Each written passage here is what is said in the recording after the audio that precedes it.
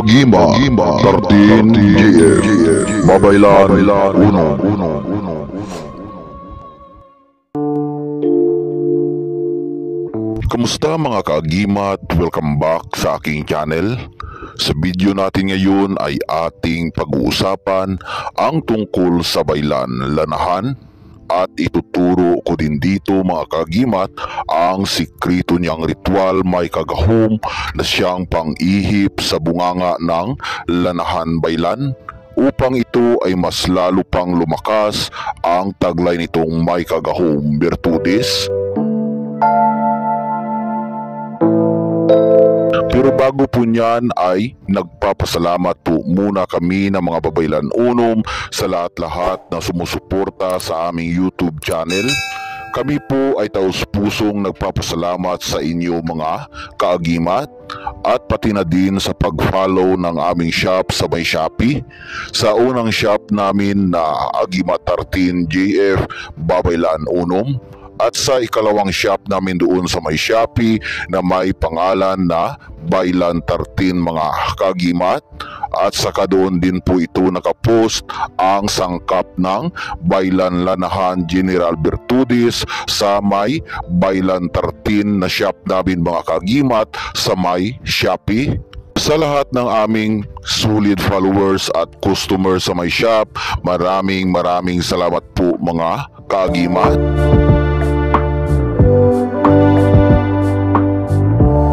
Ang baylan lanahan ay nasa botilya ito nakalagay at mayroon itong kumplitong mga sangkapagimat katulad ng mga tipak ng mga trabungko, mutya at hiyas.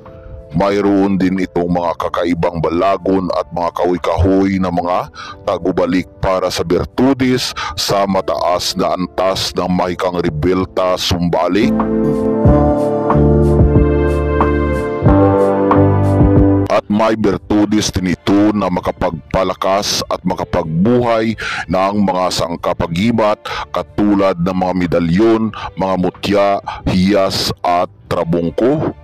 Ang gagawin lang mga kaagimat ay pahiran lamang ito ng kaunting lana ng baylan lanahan sa araw ng Martes o di kaya ay Biyernes. At ang aura ng mga sangkapagimat ay mas lalong buhay at lumakas.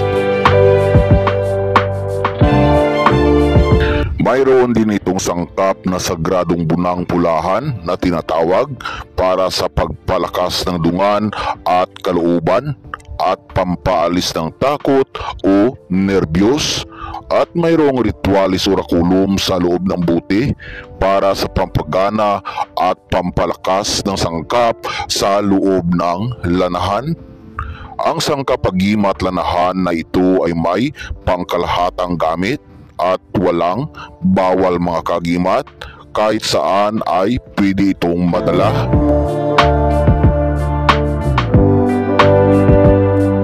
Tungkol sa iba pa nitong mga Virtudes ay may kakaibang kapangyarihang gahom ito na taglay.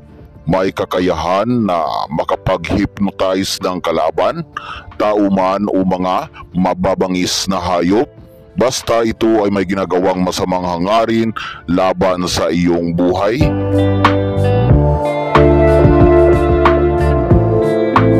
Pangkalahatang proteksyon at depensa sa katawan, pisikal at spiritual, matibay na kabal at kunat ng katawan, na kusang tumatalab ang Virtudes nito sa katawan sa may hawak ng ganitong sangkap. Ang sangkap lanahan na ito ay may kakayahang mapahusay pa ang enerhiya ng ating katawan at vitality.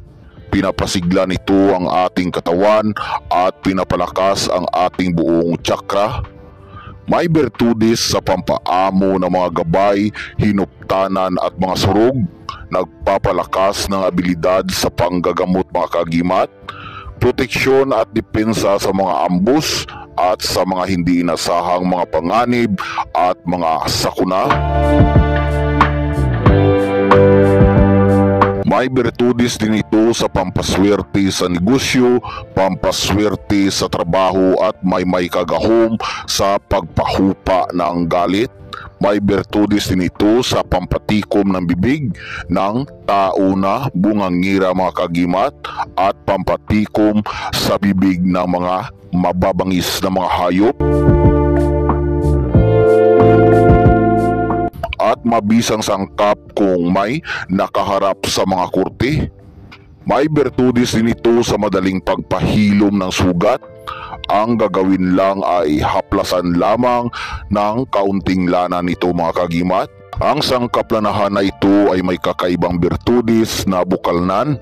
Ibig sabihin ito ay bumubukal kapag may mahagip na persa na kakaiba sa paligid. Kung may mahagip na presensya ng mga aswang, ito ay bumubukal mga kagimat. O kahit sa mga itimang mga taglugar o engkanto, kapag malapit sila at mahagip ng lanahan baylan, ito ay kusang bumubukal. At kung may sinyalis naman na mga patimaan o nababadyang panganib, ito ay masyado malakas ang awas bukal ng lana mga kagimat. At mayroon itong sikretong ritual na ginagamit mga kagimat para palakasin ang kapangyarihan ng lana. Ituturo ko dito ang ritual niya mga kagimat at sasamitin lamang ito ng 3 beses sa araw ng Biyernes o di kaya ay Martes. Bago sambitin ang ritual sa pampalakas sa may lanahan na ito, ay buksan muna ang takip ng buti at sakayan na ang pag-umpisa sambit ng ritual.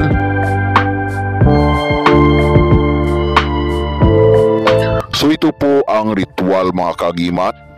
Baylan lanahan bugna nga bertudis kag sa gahom sang Dios nga makaako sang tanan. Alpha et Omega, aha agwas agniriam agla, haram ahani mundi ok aram, suni binidisum, sum bindisum igusum impactum, Dios unum. Hoc aram Salvador del mundo, Lucati salvami, him arum atam.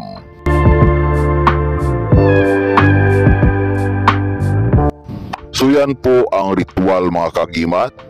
Sa panghuli na paraan, kapag natapos nyo na masambit ang ritual ng 3 beses, ay umihip na pakrus papunta sa loob ng buti. At pagkatapos ito ay takpan na mga kagimat. Isulat yun lamang po ito sa may papel mga kagimat para yan ang inyong basahin at sambitin kapag sa araw ng Biyernes o di kaya ay Martes at gusto mo itong palakasin ang sangkap agimat baylan lanahan. At gawin lamang ang pagsambit ng ritual mga kagimat sa may walang may mataong lugar para mas lalong lumakas ang enerhiya gahumay ka ng ritual na sinasambit patuhoy o papunta sa aura ng baylan lanahan. Tungkol naman sa mga tanong patungkol sa may aura ng lana, kung minsan ay may makikita tayo na nagkukulay puti ang aura ng lana sa loob ng buti, yan ay natural lamang mga kagimat at hindi ibig sabihin yan na patay ang kapangyarihan ng isang lana. Natural lamang yan dahil sa unang rason mga kagimat, ito ay maaaring nakahagip ng malamig na klima. Lahat ng lana kapag nakahagip ng malamig na klima, ito ay nagkukulay puti o di kaya ay sobrang lapot bukay ng kanyang kulay. Ang ikalawang rason, ito ay maaaring may nahagip na mga iba't ibang taglugar o mga elemento sa paligid mga kagimat. Ang ituro ko sa inyo mga kagimat, kapag sakaling may lana kayo na nagkulay puti o lumapot sa loob nito, ang gawin nyo lang mga kagimat ay ibilad ang buti na may lana sa sinag ng araw para ito ay mawala ang kanyang nagkukulay puti na kulay. At ang pagbilad ng buti lana sa sinag ng araw ay nakapagbigay din ito ng puti ang malakas na enerhiya patuloy sa may sangkap.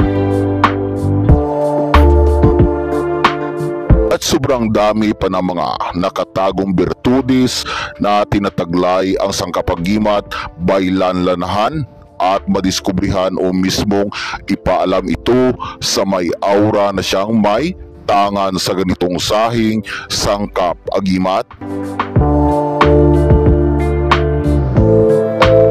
Sa pagtatapos ng ating video ay muli po akong nagpapasalamat sa inyong mga kaagimat.